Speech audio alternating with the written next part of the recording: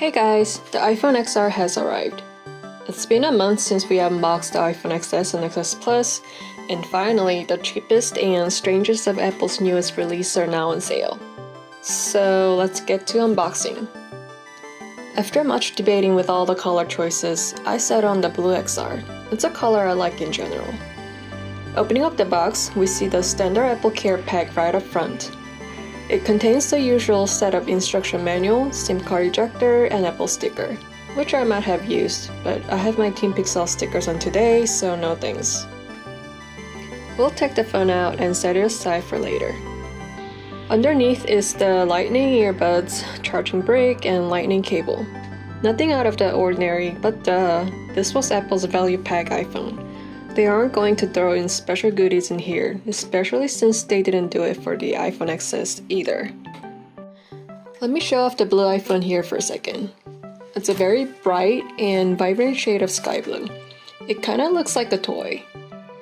Now, the iPhone XR has aluminum frame, which lets come in variety of colors such as white, black, blue, yellow, coral, and red. The iPhone XR is a bit bigger than iPhone XS at 6.1 inches. It is full screen display with little notch on top. For the people who have been interested in cheaper iPhone XR but couldn't yet pull the trigger, I'm guessing one of the main reasons for hesitation was the low resolution LCD screen, which is understandable, because the pixels per inch for the iPhone XR is the same as iPhone 4 that was released 8 years ago.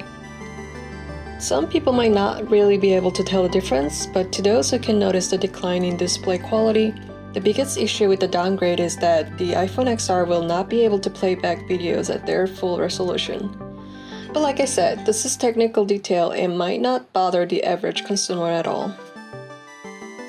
The iPhone XR also cut down on the price as Apple took the steel out and replaced it with aluminum frame.